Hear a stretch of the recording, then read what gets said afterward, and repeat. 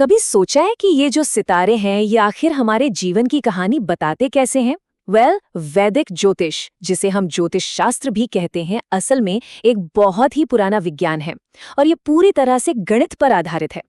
इसी गणित की मदद से जन्म के समय ग्रहों की क्या स्थिति थी, इसे समझा जाता है और हमारे भविष्य का एक पूरा नक्शा तैयार होता है। तो आज हम ज्योतिष की दुनिया की गहराई में उतरेंगे, समझेंगे कि एक वैदिक जन्म कुंडली आखिर बनती कैसे है, इसकी एकदम बेसिक बातों से लेकर उन एडवांस्ड टेक्निक्स तक जो भविष्य के बारे में इशारे करती हैं। ज्योतिष की दुनिया में अगर कोई चीज सबसे ज्यादा जरूरी है तो वो है सटीकता, यानी कि प्रिसिजन। तो चलिए सबसे पहले यही जानते हैं कि आखिर क्यों यहाँ एक एक पल इतना मायने रखता है। देखिए, ये प्राचीन ज्ञान जन्म कुंडली को उस एक पल का, उस एक लम्हे का सटीक स्नैपशॉट मानता है जब किसी का जन्म हुआ। तो जाहिर है, जन्म का समय जितना सटीक होगा, सितारों के छिपे हुए रहस्य उतने ही साफ साफ हमारे सामने आएंगे। अच्छा, अब आगे बढ़ते हैं और ज्योतिष की दो बहुत ही बुनियादी इकाइयों को समझते हैं। यही वो इकाइयां हैं जो किसी भी जगह के लिए एकदम सटीक गणना करने में मदद करती हैं। तो पहली चीज है पलभा। ये एक बहुत खास तरह की माप है। इसे ऐसे समझिए कि ये एक तरह का पैमाना है जो ज्योतिषियों को किसी भी जगह के लैटिट्यूड यानी अक्षांश के हिसाब से गणना को एडजस्ट करने में मदद करता है। इस टेबल में देखिए कितनी दिलचस्प बात है।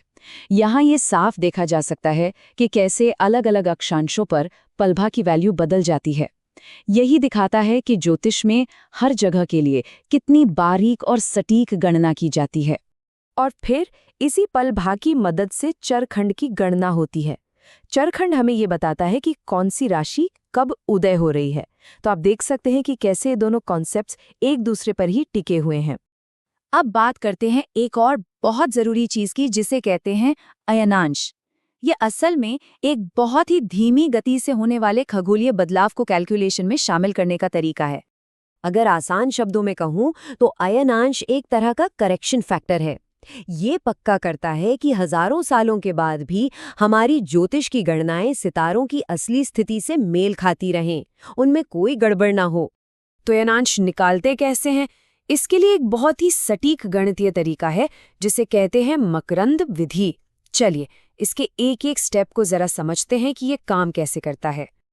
अब इन सब टेक्निकल बातों को और अच्छे से समझने के लिए क्यों ना एक असली उदाहरण लिया जाए। मान लीजिए ये एक जन्म का विवरण है। हम इसी उदाहरण का इस्तेमाल आगे की गणनाओं को समझने के लिए करेंगे।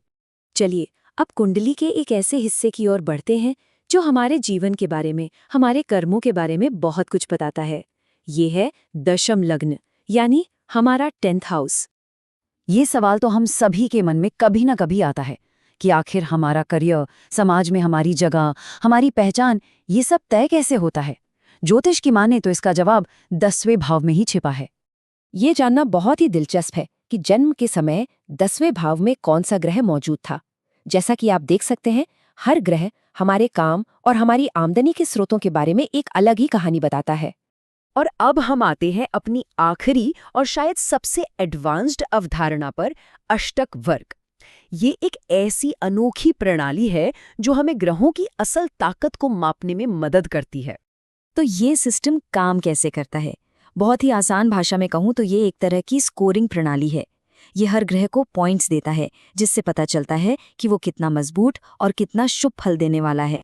इस सिस्टम में हर एक ग्रह के लिए एक अलग शक्ति चार्ट बनता है, जैसा कि इन उदाहरणों में आप देख सकते हैं।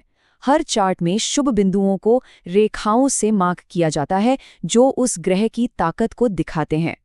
तो इस तरह हर ग्रह का अपना अपना स्कोर कार्ड तैयार होता है और इन सभी अलग अलग चार्ट्स को मिलाकर ही पूरी कुंडली की शक्ति का एक पूरा विश्लेषण किया जाता है।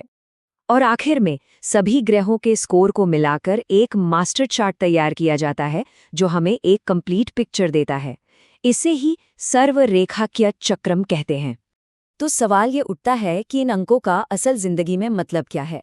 देखिए, सीधा सा हिसाब है। अगर किसी भाव में 30 या उससे ज्यादा शुभ बिंदु या पॉइंट्स हैं तो इसका मतलब ये है कि जब भी कोई ग्रह उस भाव से गुजरेगा तो वो गोचर बहुत ही अच्छा, बहुत ही फायदेमंद साबित होगा। तो आज हमने जो कुछ भी देखा उससे एक बात तो बिल्कुल साफ है। ज्योतिष सिर्फ अंदाजा लगाने या व्याख्या करने का खेल नहीं है। इसके पीछे एक बहुत ही गहरा और सटीक गणितीय ढांचा काम करता है। और आखिर में एक सवाल जो हमें सोचने पर मजबूर करता है, अगर हमारे जीवन का नक्शा इतनी प्रिसिशन के साथ बनाया जा सकता है, तो फिर भाग्य और हमारी अपनी इच्छा शक्ति यानी फ्री विल, इनके बीच आखिर रिश्ता क्या है?